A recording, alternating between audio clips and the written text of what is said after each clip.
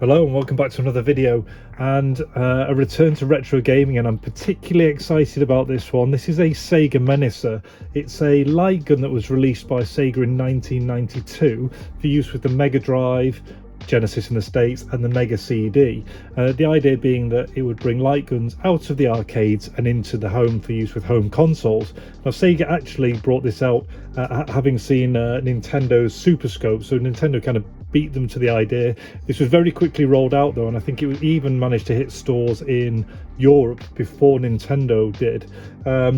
Now apparently it was around £100 in today's money on release, which doesn't seem particularly expensive to me, and it came with a game bundled in, so there's this 6-game cartridge, and then apparently later on there was a Terminator cartridge that was released as well. But despite all of this, and I'm a big lover of light guns and light gun games, apparently it was a critical and commercial flop, with people kind of just panning the games, and it seems a shame that they both died out so quickly. So I'm really looking forward to giving this a go. So far, basically, I've got this, I've cleaned it all up, I've sorted the box out as good as possible, and all I've done, I was just going to go completely blind into testing. All I've done is put the game in and plug the light gun upstairs, just to make sure it works. I didn't want to film all of this and then it didn't work at all. That's all I've done. And then I thought, right, that now I know it's working, I'll film this intro, and then we can go up and actually you'll experience with me for the first time playing those games and getting my raw opinion, which I'm excited about. But before we do that, what I will look over is we'll take a look at the box. I then need to have a quick flick through the manual here, and that's just so I can, when we go and have a play in a moment, I know what I'm doing. And in conjunction with that, we'll also have a flick through the manual. If you just want to jump straight to the Menacer action, there'll be timestamps in the bottom of the video. So let's have a look at the box initially. So I'll just put these to one side. Now you can see on the front of the box, and we'll put it together in a second, the gun here. It's made up of 3 parts. You have this main part which the batteries go in, the stock, and then this piece here which can just be used on its own, or used, there's 1 or 2 eyepieces. Again, you can see different versions up there, just holding the gun, the stock, 2 there. Apparently most people didn't use that, it just kind of got in the way. It plays 4 ways, full tilt, yeah, so they called these modes, and we'll see in the manual: full tilt, commando, sure shot, and dual vision. No wires or cords because it's a wireless unit. You do need a cathode ray TV, as you'd expect for light gun games of the day, so it still works off that, but it's transmitting to the Mega Drive through that sensor down there. Condition of this box is pretty good. As you can see, it's still robust in its shape. All you've got is a long crease line down one of the sides, but nothing too bad at all. There's a few minor rips and tears.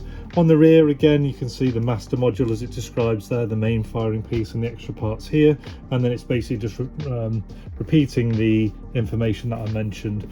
Included in this one are the 6 games: Pest Control, Ready Aim Tomatoes, Space Station Defender, Frontline, Rockman Zone, and Whack Ball. And as we can see, 1992. Now one nice thing on here is, I always like something that has a little bit of a nod, a little bit of provenance to where something came from. And this one here, you can see, was actually from Argos. You've got the catalogue number for those who aren't in the UK. It's kind of a store you go in, browse through the catalogue, and then it would all be in the back and it would come to you. So that's really nice to have on there. So in addition to that, we have the this is pretty cool. We've also got the guarantee registration card. You'd see these also come with things such as the Sega Game Gear. I've got one of those, and other items. And what's really nice is, as you can see here as I open it out, you have all 6 pieces. So you've got the Sega guarantee and registration card there. Thank you for buying the Menacer. You've got this section here to send it back to Sega Europe, and then over in the other parts you've got the different languages. So you can see the service centre there, France at the bottom, Madrid there, and then if we turn it over, obviously you've got the other sections here, which is kind of a registration part. So on the back, so what you'd do is, if you're in England, you'd have your registration card there that you'd keep, and then on the rear you would fill out this one, which has you're basically saying your name, when you bought it, all this kind of stuff. yeah, just really nice to have that, all 6 pieces, only minor detaching from some of those, what do you call it, the tear lines, the perforated tear lines. So I'll just fold that up again. Now, in addition to that paperwork, we also have the epilepsy card that they started bringing in on later consoles. So you've got the epilepsy warning card before using a video game system. Is this a, I don't think it opens up further.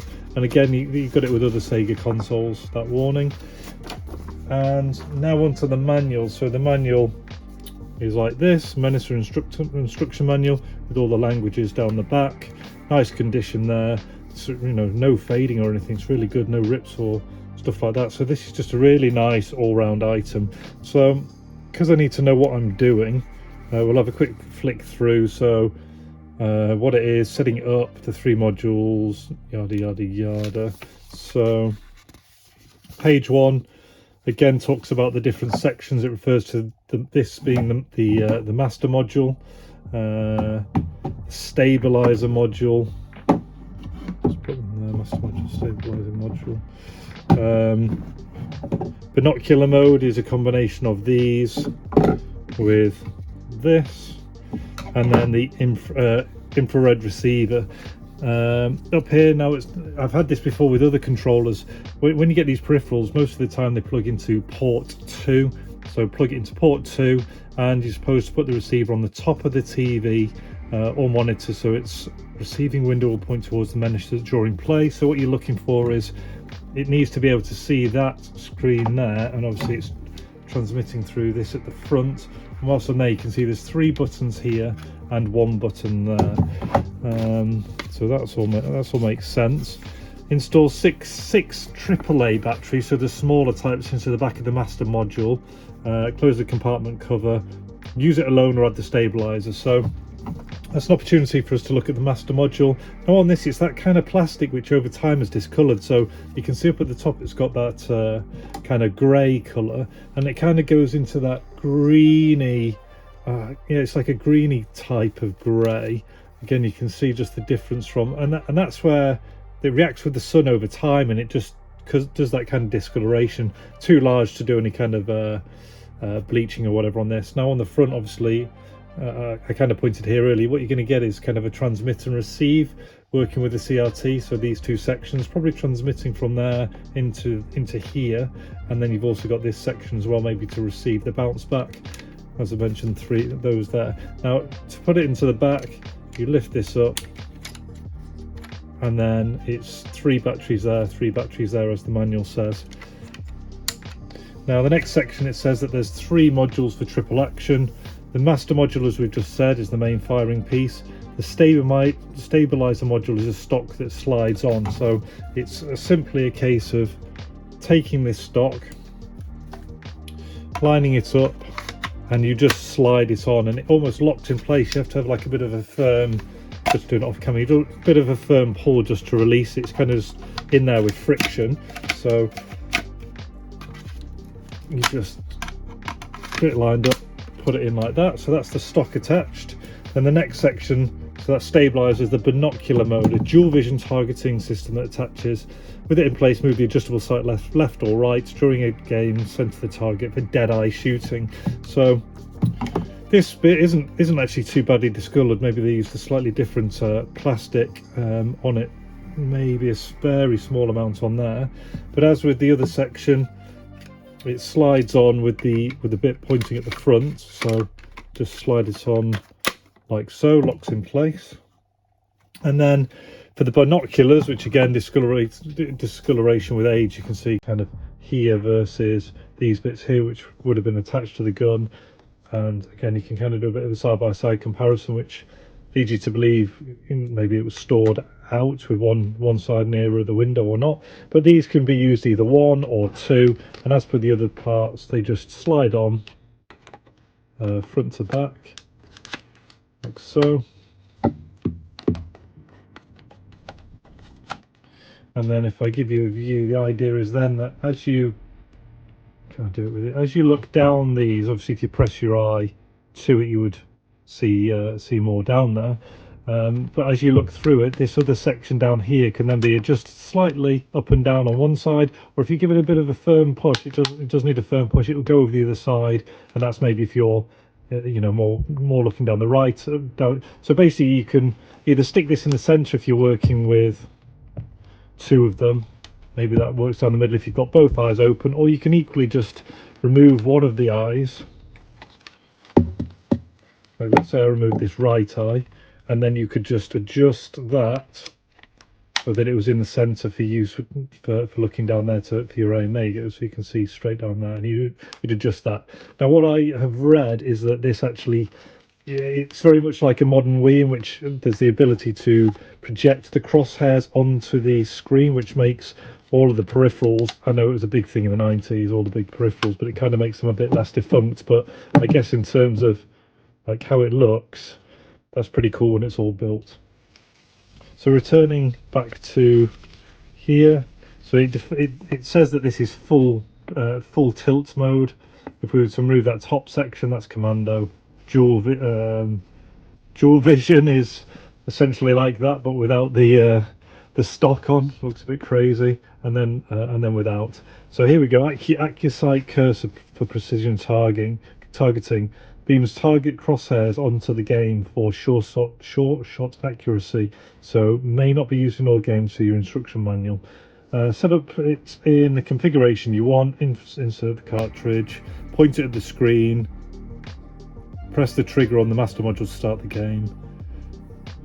See specifics. So that's all pretty self-explanatory. I think that's probably going to be everything, isn't it, within this language. No on and off switch. It turns off after 30 seconds when left idle. Pause to recalibrate. Don't play. So it suggests that you want to be 4 to 12 feet from the screen. Don't aim at the receiver, so make sure it points at the CRT. 20 hours of play on 6 AAAs, although I've heard that it lasted a lot less just through doing some googling online. Activated when you point it at a TV screen. A bit of care for the Menacer. So that's the lot. So that's all pretty straightforward. We're going to take this, plug it in, and use whatever combination. It's likely that I'll take it up like this, but I'm more than likely, for the ease of filming, just going to remove all the peripherals and just use the handheld. Moving on to the game. So you've got the Menacer game there, and the manual again in nice condition. So if we look in the manual, it basically just reiterates the same thing as the main manual, that you're going to set it up using port 2 and place it on the top. If you don't see it, power it on and off, yeah, that's fine. What I'm interested in is those 3 buttons. So aim it at the logo, press the trigger button, the menu will load with 6 different games. Point it at the game you want to hit and press the trigger. Getting ready to play. If you need, so it's basically saying adjust the sights. If it feels an AccuSight cursor, you'll see a screen that lets you turn it on and off. Point it at your choice. Okay, so we're going to get the option if we have the crosshairs or not. So it's not, and then we get the option. Use the adjust aim screen to set your targeting accuracies. So these are the games. So we'll be playing. I think it gives us the same detail on the back. We'll be playing on Pest Control, Blast Away Bugs, bugs and more bugs. So bugs are running off with your pizza. Ready aim tomatoes. Love tomatoes at Crazy Dentists. As long as you have life, the game goes on. It's got a lot there. Frontline. Eat dust whilst battling an onslaught of tanks, jets and helicopters. So I'm looking forward to that one. Kind of your traditional I think it's just like a side-scrolling shooter. So there, this one does have different functions. So we've got the machine gun trigger is 1, and then 2 and 3 are a pause button, and AAM fire when aiming at the top half of the battle zone, and ATM fire when firing at the bottom half. So the cache of anti-tank missiles or anti-surface missiles. Space Station Defender. defend the lunar station 1 by disintegrating wave after wave of laser gunning aliens. Rockman zone, training as an FBI crack shot, sharpening your aim on bad guy cutout, so that'll be fun as well. Great stuff. So again, that's nice. So in summary, you've got that box which is in really nice condition, just that kind of long fold line across one edge. There's a couple of very small rips and tears, but nothing crazy. You've then also got the guarantee registration card, all 6 pieces, the epilepsy warning card, and the instruction manual shows us how to set it up. You've got the gun, all complete, just got discoloration primarily to one of the optics and some of the handle there. You've got all the bits you need, and then you've got a nice condition box. I think it's just that slight thing there, crinkle to the sleeve, a nice condition manual, and the game. So at this point I'm gonna stop the video, head upstairs, and we'll do the setup together, and then we'll play some games. So we've relocated to the man cave where my consoles are, and the first thing we'll do is pop in the cart, and then it's simply a matter of attaching the Menacer into port number 2.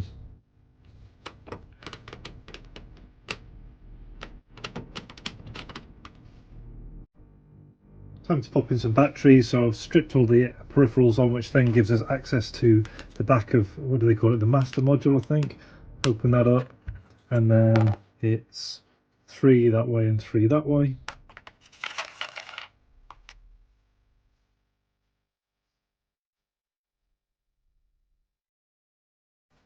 There, alright, so the next bit should be fairly easy. I have my console always set up, both feeding an LCD screen and a cathode ray. There's lots of room on here, so I'm just going to be able to pop this not on top of my, or maybe on top of the CRT. We'll have a look, it'll either be on top or underneath, so I'll see you over there.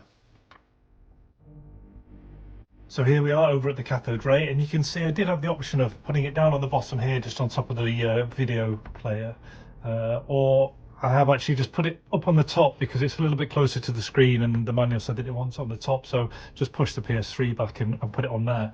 Now, something really strange happened. I filmed this a second ago, just before changing apps, because this one allows me to change the frame rate, so it will reduce the amount of that kind of on-camera motion that you get on the TV.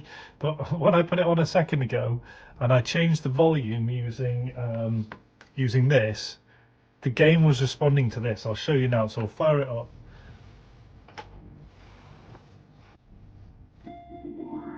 So there we go, 1992, the Menacer, and I went to change the volume, and it's responding. I mean, it's not just coincidence that this TV and this remote will work off the same frequency as the Menacer, because I didn't say anything in the manual. Anyway, I thought that was really weird.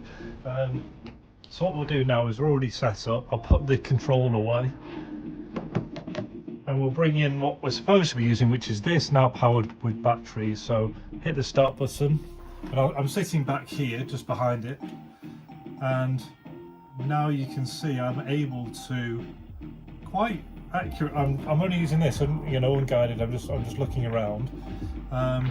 Fairly easy to just actually do that, and hopefully the phone isn't interacting with anything, so seems okay. So let's just go into Pest Control. If I can, doesn't quite want to go right to the top. Just going to move the camera slightly and see if it is just. There we go. So it was interacting a little bit. So Pest Control. Right. So the screen's too dark. Increase the brightness. That's easily done on here.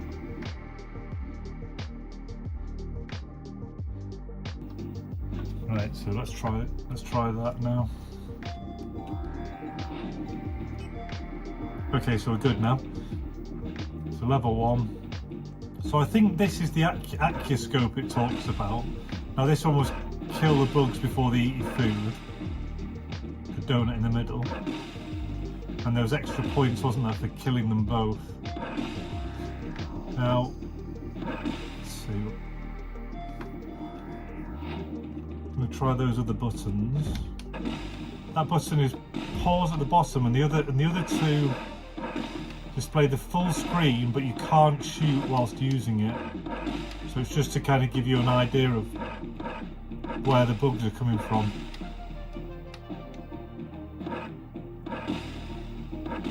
And what I like is you've got that sight that moves around on the screen, so it's why I think the Wii is so good, because you're not relying on the sights necessarily, which are notoriously bad on a light gun for the aim being off.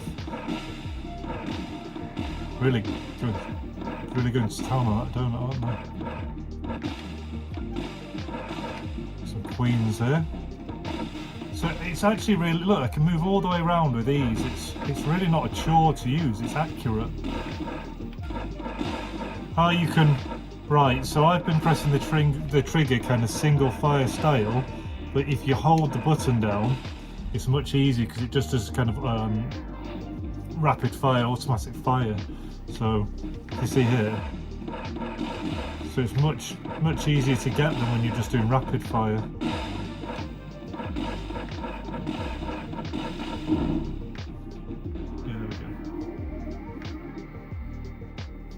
Now I don't think you can return to the main menu mid-game, but dying obviously does. So that was the first one, Pest Control. Let's go to Space Station Defender.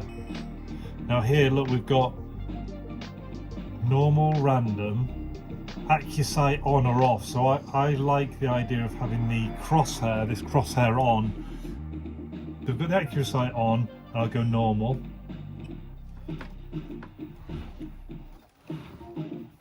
So this one's just kind of pods arriving. I'm guessing at some point non-aliens will probably turn up. I don't know, why is my power going down? You can't do anything when you shoot once. Is there a reload in a minute? So I'm out of power now. What happens? Oh, you have to hover in there, right? Okay. When they shoot you, the crosshair kind of jumps a little bit.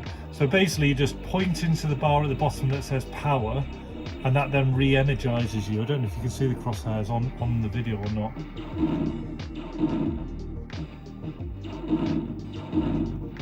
There's some UFOs coming in now. Yeah, so you literally just hold it in the bottom. I guess that stops you just let's see if we have there's no automatic fire on this one, so you can't just hold down the trigger anyway. You know, so my first impressions are, it's really, like, I literally just plug and played. I mean, I'm one of those weird people who has a CRT always hooked up, but it really was just plug and play. Just stuck it into port 2 and stuck it on top of the telly, and it was accurate, straight into the games, no problems at all. So I really like that. I'm not finding any real use for the peripherals. I guess if you're a kid though, you enjoy that kind of stuff more, don't you? Yes, it's really, it's really nice to use actually. I'll say right now the games can be a bit monotonous, but if you'd never had a light gun before and this was the era you would live in, I'm just wondering if people were a little bit harsh on it, because I can really see the potential in these games to actually make, and I think they were going to franchise out into some of the other games. I could really see how this could have been a success. So I'm not really sure. Did people just not like it at the time, or did Sega and to an extent Nintendo just not have any faith in the system? So that should just take us back to the main menu. Moving on to our next game, so Ready, Aim, Tomatoes. Again, I'm going to have the AccuSight on. In fact, I'll go off, because then we can see the difference. So I haven't got the binoculars attached. Right, here we go. So if I'm now looking down the centre, you must be more than 3 feet away. I am more than 3 feet away. Okay.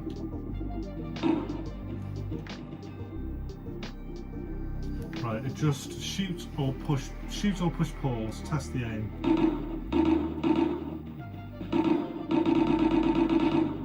Yeah, not too bad, that'll do.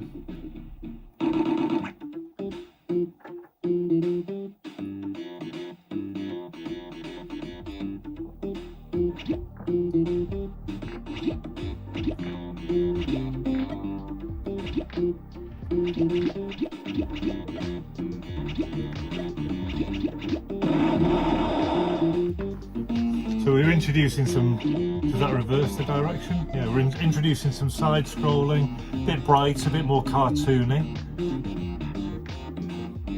Only got, so I'm gaining tomatoes as we go, 100% life, 30% accuracy. So I'm just blind firing on this one now. Definitely easier with the AccuSight on.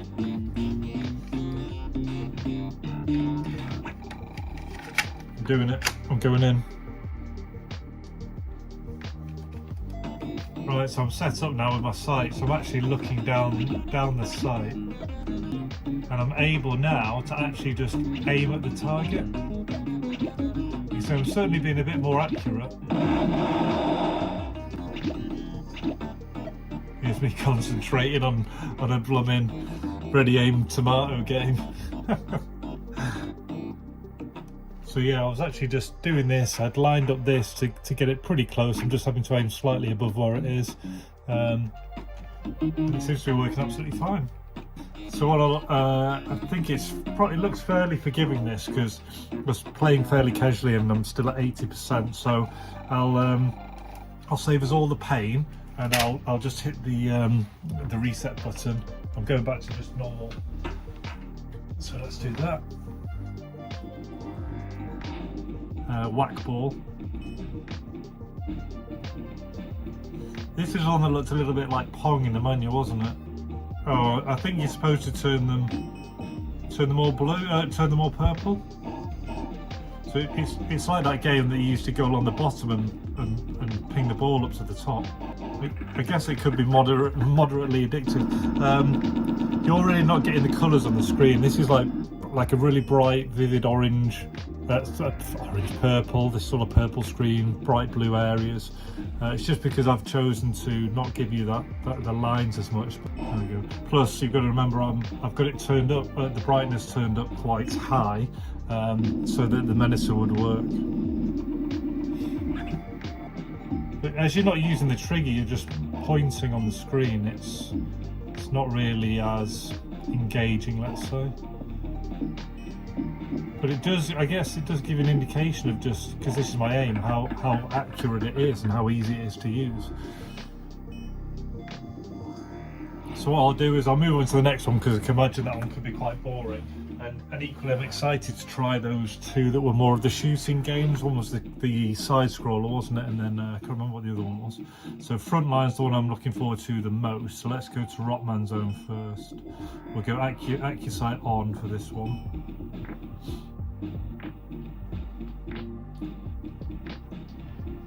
Oh yeah, that's right. This was the one where you're in like the shooting gallery.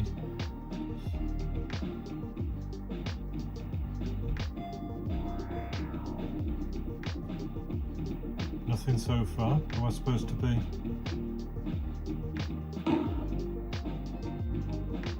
Was that a baddie? That was 0. Okay, so I'm guessing that's not a baddie. All right, it even says shoot. Right. I like this.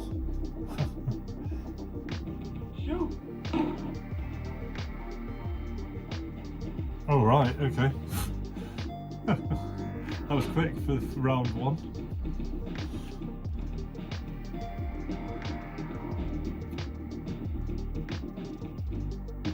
I wonder if they always just come out of the obvious places, like that window at the top, or do they actually come out of the other windows? That's the answer to the question.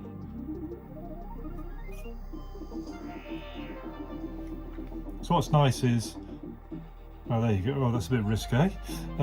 What's nice is it actually tells you how many targets are left, so we've got 5 to go.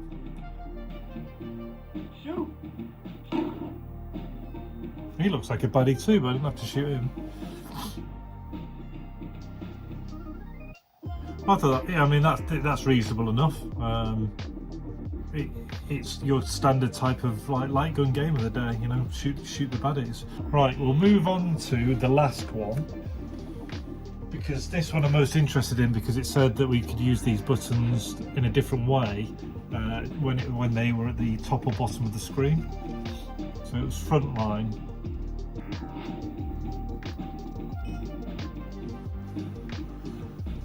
Okay, yeah, so you've got your missiles here.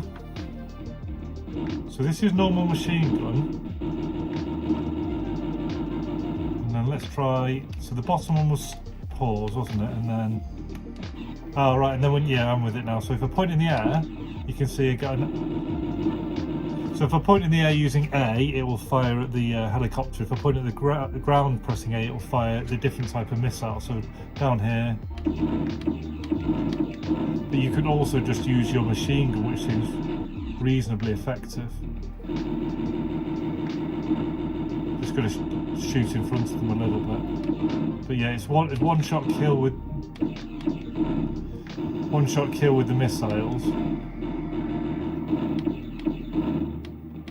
Okay, I don't know if the planes flying off the edge damage you or not. I suspect you're just missing out on points.